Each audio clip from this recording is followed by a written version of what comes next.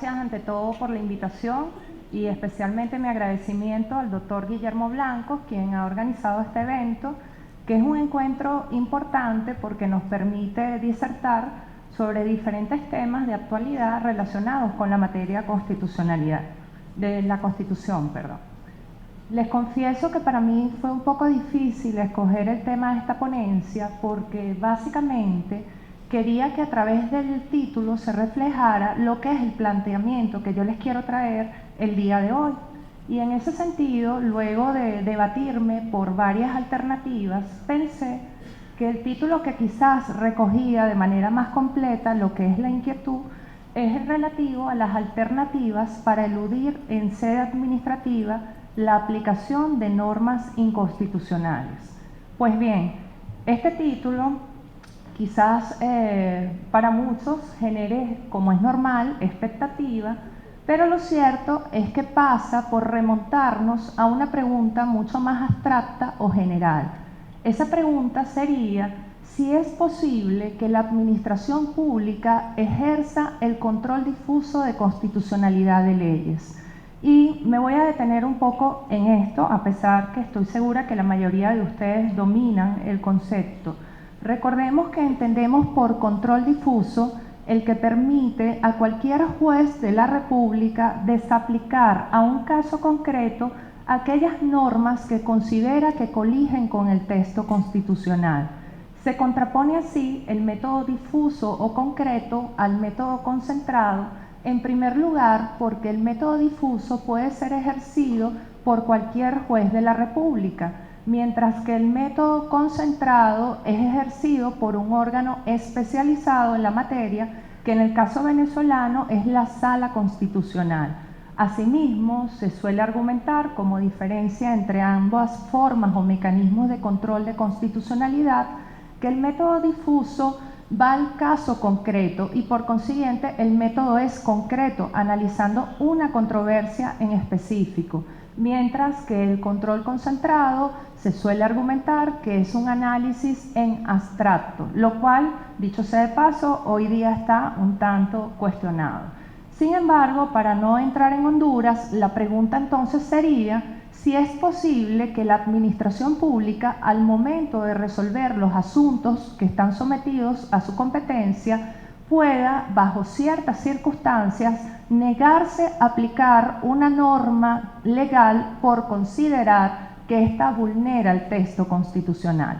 Como pueden ver en pantalla, la pregunta ha sido respondida de diferentes formas y así vemos un sí que se enfrenta a un no. Quienes proponen el uso del control difuso en sede administrativa suelen argumentar que siendo la Constitución la norma suprema y además teniendo valor normativo la Constitución, el principio de legalidad al cual está sometido la administración pública exige que en primer lugar se aplique el texto constitucional. Luego, si la administración pública va a resolver un asunto y constata que hay una norma que vulnera la Constitución, para los partidarios de esta teoría debe darle preeminencia al texto constitucional y con ello desaplicar la norma que la contraría y que tiene un rango inferior dentro de lo que tradicionalmente denominamos la pirámide de Kelsen. Ahora bien, quienes por el contrario se oponen al uso del control difuso señalan que asignar a la administración pública el control difuso de constitucionalidad de leyes es tremendamente peligroso, entre otras razones porque podría generar tantas constituciones como funcionarios administrativos tengamos. Asimismo, hay quienes dicen que esto podría revivir la vieja polémica entre Hans Kelsen y Carl Schmitt en torno a quién debería ser el defensor del texto constitucional, habiendo ya el Tribunal de la Historia pronunciado a favor de Kelsen respecto a esta polémica. Sin embargo, no podemos dejar de decir que también se suele argumentar por parte de quienes no comparten la idea de introducir el control difuso en sede administrativa, que uno de los temores es que se piense que puede la administración pública ejercer la función jurisdiccional. Y en esa línea se ha dicho que esta función debe ser reservada única y exclusivamente a los órganos jurisdiccionales. Ahora bien,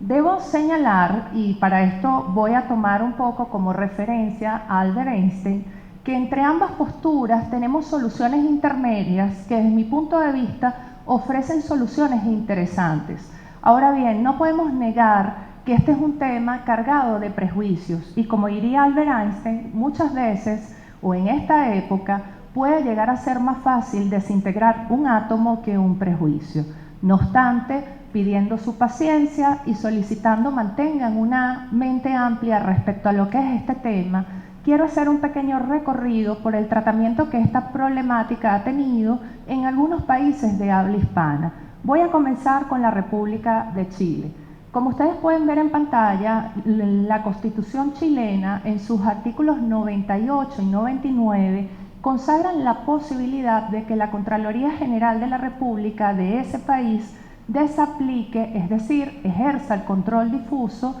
frente a las normas generales aprobadas por la administración pública y que sean contrarias al texto constitucional. De este modo, vemos que la propia Constitución chilena establece la posibilidad de que un ente de la administración pública ejerza el control difuso. Sin embargo, quiero advertir que las veces que se ha intentado extender este supuesto a otras formas de administración pública, el Tribunal Constitucional en Chile ha salido al paso indicando que en modo alguno puede dársele un carácter extensivo a este supuesto específico. Por consiguiente, podemos concluir que en Chile no existe como regla general el control difuso en sede administrativa, pero excepcionalmente la Constitución admite un caso especial que es el contemplado para la Contraloría General de la República de ese país.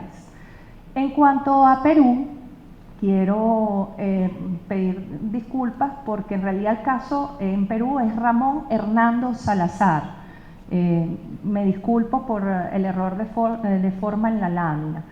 Tuvimos un caso interesante en el año 2005 donde se estableció, a mí particularmente me gusta mucho la experiencia, el tema que ha registrado Perú, y ese caso que se dio en Perú del año 2005 es el caso Ramón Hernando Salazar Yarlenque. En este caso hubo una situación interesante, puesto que se admitió la posibilidad en el año 2005 de que la administración pública, o más precisamente ciertas formas de administración pública, ejercieran el control difuso. Sin embargo, en ese precedente se indicó muy claramente que esto solo podía ocurrir, en primer lugar, cuando el examen de la norma fuese estrictamente necesario para resolver el asunto dilucidado en sede administrativa, y por otra parte, cuando la ley cuestionada no permitiera ser interpretada conforme a la Constitución. Sobre esto último vamos a volver más adelante al momento de analizar algunos de los mecanismos que pueden ser usados en sede administrativa. De esta manera, Perú sostuvo con mucha resistencia en la doctrina que era posible el ejercicio del control difuso en sede administrativa. Sin embargo, en el año 2014, con una nueva conformación del Tribunal Constitucional en ese país, se produce un abandono del criterio y así se da el caso Consorcio Requena. El caso Consorcio Requena está relacionado con un proceso de licitación donde participaba el Consorcio Requena, y en el marco del proceso de licitación se determinó la Comisión de Contrataciones de ese país que la normativa vigente para lo que eran las contrataciones públicas vulneraba el derecho a no ser discriminado, porque establecía ciertas normas de participación que eran discriminatorias, y la Comisión de Contrataciones Públicas de ese país desaplicó esta normativa entendiendo que eran discriminatorias. Una vez que el asunto fue elevado al Tribunal Constitucional en Perú, el Tribunal Constitucional peruano abandonó el criterio que había sentado en el caso Ramón Hernando Salazar y por el contrario sostuvo que no era posible en ningún caso que la administración pública ejerciera el control difuso. Luego tenemos el caso de México, uno de los más hermosos desde mi punto de vista, y en México en el año 2011 se dio el caso conocido con el nombre de caso Cherán. El caso Cherán era una comunidad indígena, la comunidad indígena de Cherán, quien acudió al Consejo General del Instituto Electoral a los fines de denunciar que la normativa en materia electoral vulneraba el derecho de la comunidad indígena a escoger sus autoridades conforme al principio de autodeterminación de los pueblos. En otras palabras, decía que esa normativa en materia electoral vulneraba las tradiciones y conocimientos ancestrales de la comunidad indígena al momento de escoger sus autoridades. El Consejo General del Instituto Electoral, que es un ente administrativo regulador de la materia electoral en ese país, llegó a la conclusión que, siendo parte de la administración pública, no le estaba dado ejercer el control difuso. Sin embargo, el asunto fue recurrido y planteado ante las instancias judiciales y en esa ocasión los tribunales de México llegaron a la conclusión que cuando estuviese en juego la preeminencia de algún derecho humano, incluso la administración pública debía desaplicar las normas legales. Es decir, que de acuerdo al caso Cherán, es posible el uso del control difuso en sede administrativa siempre y cuando a través de este lo que se persiga es la protección de algún derecho humano. Se apoyó en ese momento el tribunal en el caso conocido como Rosendo Radilla, dictado por la Corte Interamericana, en el cual básicamente se llega a la conclusión de que la tutela de los derechos humanos no es una competencia exclusiva de los órganos jurisdiccionales, sino que se extiende a todas las ramas del poder público en general. Quienes quieran profundizar sobre el caso Cherán, los invito a consultar el trabajo del doctor Solís Castro titulado Impacto de la sentencia del caso Cherán en la justicia constitucional mexicana. Así llegamos a Venezuela.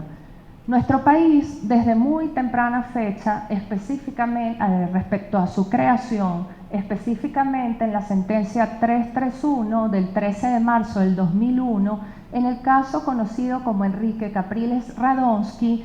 estableció o condenó la desaplicación que hiciere la Comisión de Casinos, Salas de Bingo y Máquinas Traganíqueles del artículo 25 de la ley que rige esa materia. Y en esa oportunidad dejó sentado que no era posible el ejercicio del control difuso en sede administrativa. Similar orientación fue la seguida por nuestra Sala Constitucional en sentencias 833 del 25 de mayo del 2001 y en sentencia 752 del 5 de mayo del 2005. Específicamente en estos dos últimos fallos, la Sala Constitucional agregó una situación adicional y es que dijo que no es posible el control difuso en sede administrativa ni siquiera frente a los denominados procedimientos administrativos triangulares o los llamados actos cuasi jurisdiccionales.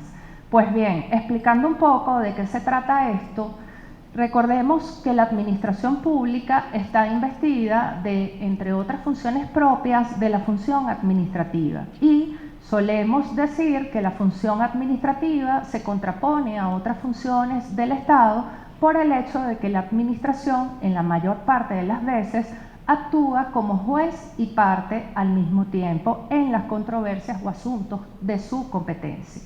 Pues bien, en contraposición a ello está la función jurisdiccional, donde solemos decir que el juez actúa como un tercero imparcial. Cuando la doctrina administrativista habla de los procedimientos triangulares, se está refiriendo a una modalidad de procedimientos administrativos que distan un poco de lo que suele ser la regla, toda vez que en ellos vamos a ver a un funcionario administrativo comportándose de manera muy similar a como lo haría un juez, es decir, que en lugar de asumir el rol de juez y parte, actúa prácticamente como un tercero imparcial. Luego, el resultado de este tipo de procedimientos administrativos, desde luego, no son una sentencia, porque la sentencia solo lo dictan los jueces, pero son unos actos administrativos revestidos de unas notas muy particulares, a los cuales la doctrina suele denominar los actos administrativos cuasi jurisdiccionales. Esto es una denominación propuesta en su momento por la doctora Hildegard Rondón de Sansón.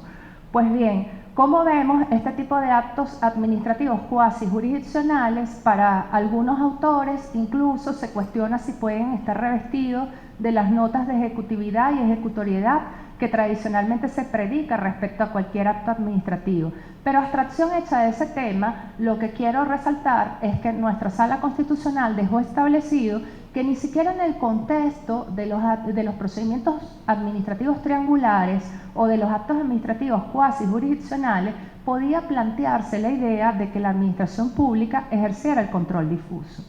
Ahora bien, yo con un ejemplo que de alguna manera recoge lo que es un procedimiento triangular, quiero introducirme en el tema y plantear la duda en el auditorio. Y el ejemplo sería el siguiente. El típico procedimiento administrativo triangular es el que se tramita ante las inspectorías del trabajo, por citar tan solo un ejemplo. Pensemos entonces en una mujer embarazada que es despedida por el patrono y, lógicamente, como tiene un fuero especial de protección, como es el fuero maternal, en lugar de acudir a un juez laboral, pues acude a una instancia administrativa. En este caso, el inspector del trabajo, recordemos lo que decíamos hace minutos, actúa de manera muy similar a como actuaría el juez laboral en el contexto del proceso judicial.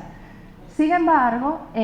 al momento de decidir esta controversia, digamos que llega a la conclusión el inspector del trabajo que es procedente el reenganche y el pago de los salarios caídos. Y supongamos también que al momento de calcular los salarios caídos, el inspector del trabajo se encuentra con una normativa que establece un salario inferior para las mujeres, a pesar de que realizan el mismo trabajo que los trabajadores, sí, del sexo masculino en esa empresa. Entonces, ante la evidente discriminación que implicaría aplicar una normativa como esa, nos planteamos, si no hay control difuso en sede administrativa, ¿habrá alguna forma como ese funcionario administrativo pueda eludir la aplicación de esa norma inconstitucional? Pues bien, ese es el tema objeto de la ponencia el día de hoy. Este tema entonces pasa por encontrar un punto de coincidencia entre ambas posturas extremas, es decir, quienes niegan la aplicación del control difuso y quienes lo aceptan sin reserva. Ese punto de coincidencia tiene que sopesar, desde luego, la supremacía constitucional, también, desde luego, el principio de legalidad, pero también tiene que tomar en cuenta que, según el artículo 25 de la Constitución, los funcionarios públicos que violen los derechos humanos son responsables en lo personal. Luego, si nosotros no brindamos un mecanismo para la sede administrativa en ausencia de un control difuso, lógicamente sería cuesta arriba pensar que el funcionario va a tener una responsabilidad personal ante la inminente violación de un derecho humano. Y es ahí donde precisamente vamos a comenzar a buscar estas alternativas. Pues bien, de un estudio del derecho comparado y también de nuestro derecho interno, yo me he permitido recoger algunas posibles alternativas, las cuales quiero advertir que no todas son compatibles o son aplicables a Venezuela. Sin embargo, vamos a ir explicando muy brevemente cada una de ellas. Estas alternativas son, por un lado, la aplicación de la disposición derogatoria única de la Constitución de la República Bolivariana de Venezuela. En segundo lugar, la interpretación del ordenamiento jurídico conforme a la Constitución. En tercer lugar, la aplicación del precedente constitucional. Y en cuarto lugar, las desaplicaciones en materia de derechos humanos, que vamos a ver por ahí que algunos autores lo manejan también como un control de convencionalidad, y sobre lo cual, lógicamente, tendremos que hacer algunas referencias respecto a lo que es la situación de Venezuela. Ahora bien, en cuanto a la aplicación derogatoria única de la Constitución, vemos que la mayoría de las constituciones modernas vienen introduciendo una cláusula según la cual todo el ordenamiento jurídico preconstitucional pierde vigencia una vez que es aprobado el nuevo orden constitucional en todo lo que contraríe a la nueva Constitución. Esta situación ha generado un debate en torno a si es entonces procedente ejercer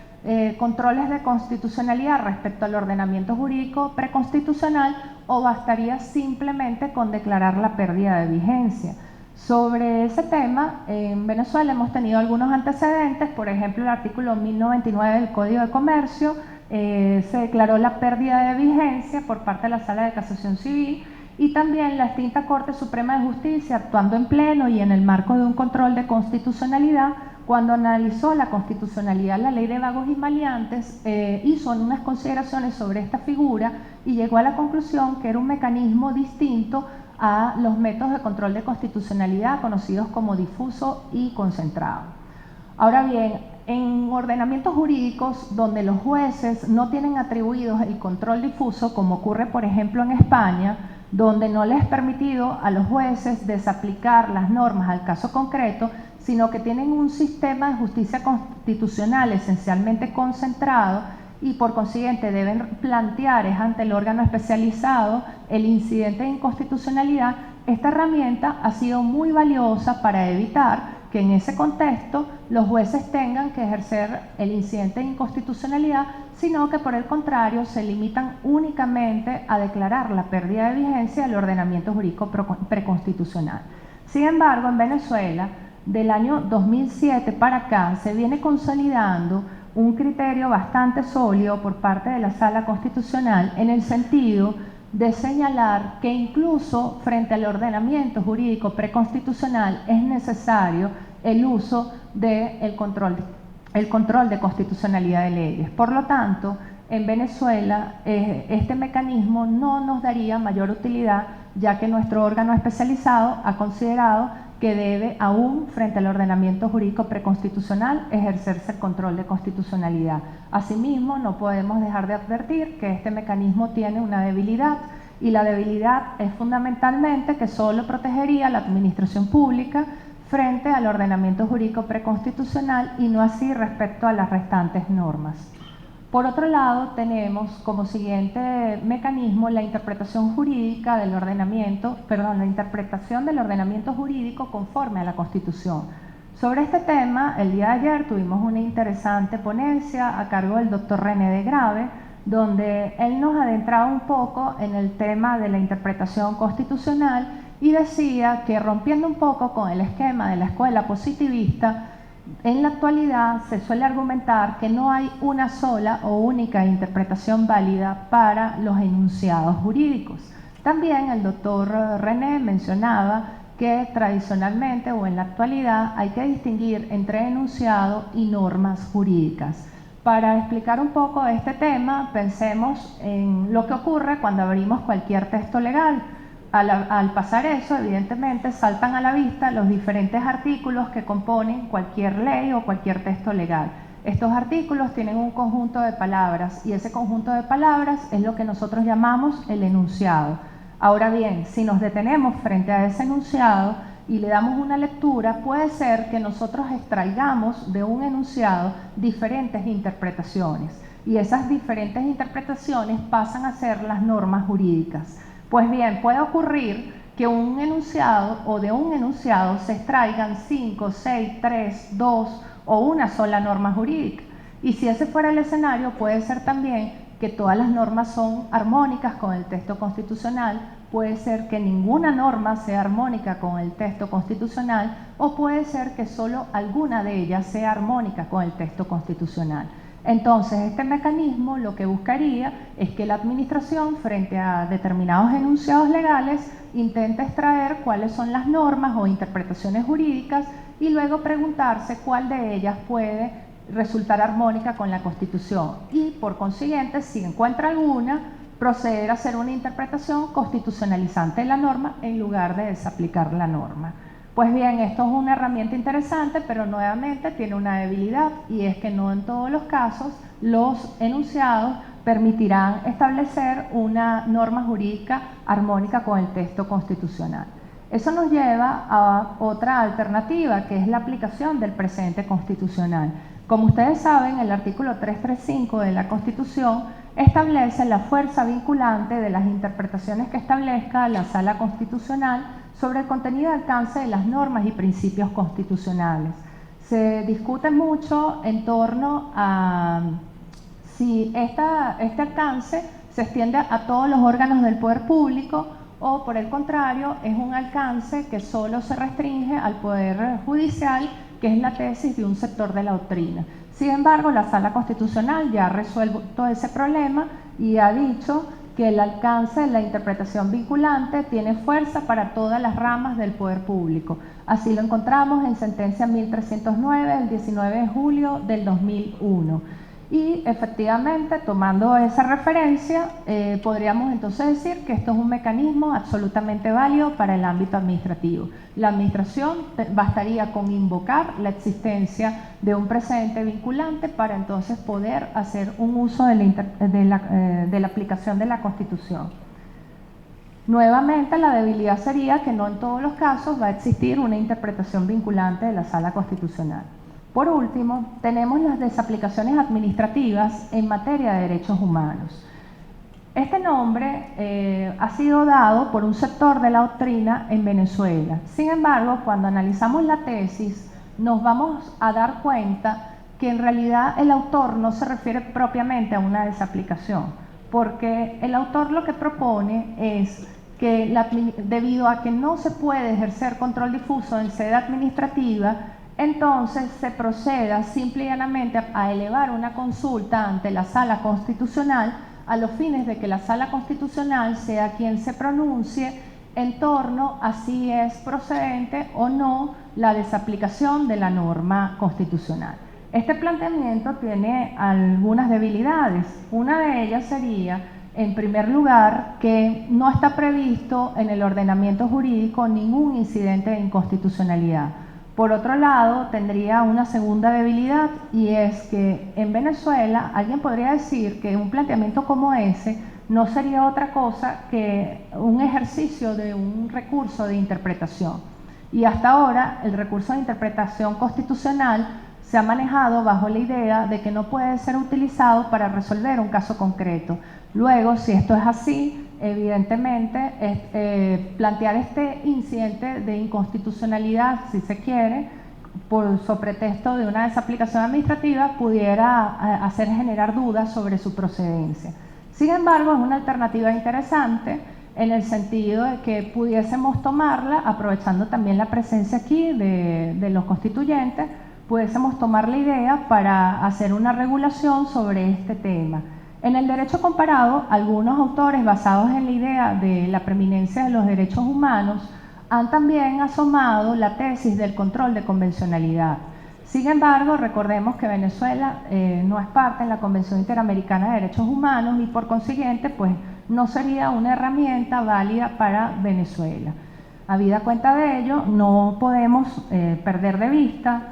que, tal como también se ha dejado ver en el marco de este foro, el derecho tiene un claro contenido ideológico y no podemos ser tan ingenuos como para creer que detrás de todas estas construcciones que a veces intentan proteger a los derechos humanos, se tiendan herramientas o mecanismos que no son otra cosa que instrumentos de dominación, como muy bien lo desvelaba la profesora Ana Cristina Bracho, de manera tal que estamos invitados a la prudencia a la hora de tomar una decisión en torno a si esa preeminencia en los derechos humanos es o no efectiva para tener un fin noble y una tutela real de los derechos, o es por el contrario una manera solapada de introducir un mecanismo de dominación. Sin embargo, quiero concluir mi tesis con una reflexión de Eduardo Couture.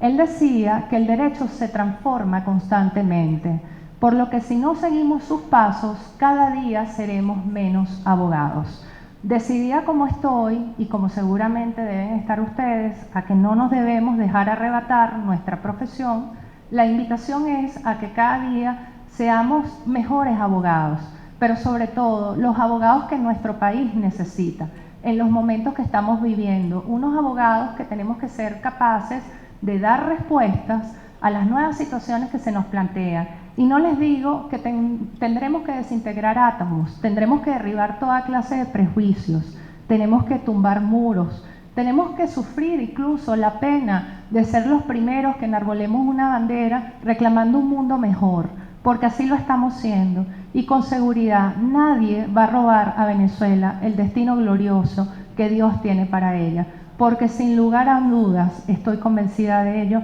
los venezolanos y las venezolanas vamos a ser los pioneros de la nueva civilización humana, la nueva humanidad que está en construcción, en gran medida va a parirse en esta patria. Y con seguridad la invitación es a que todos y todas, cada día, nos esforcemos más según el don que Dios nos ha dado en la carrera en la cual nos encontremos. Seamos cada vez mejores, aportemos cada vez más a nuestro país, porque Él definitivamente nos necesita. Estemos con Venezuela porque necesario es vencer. Muchas gracias.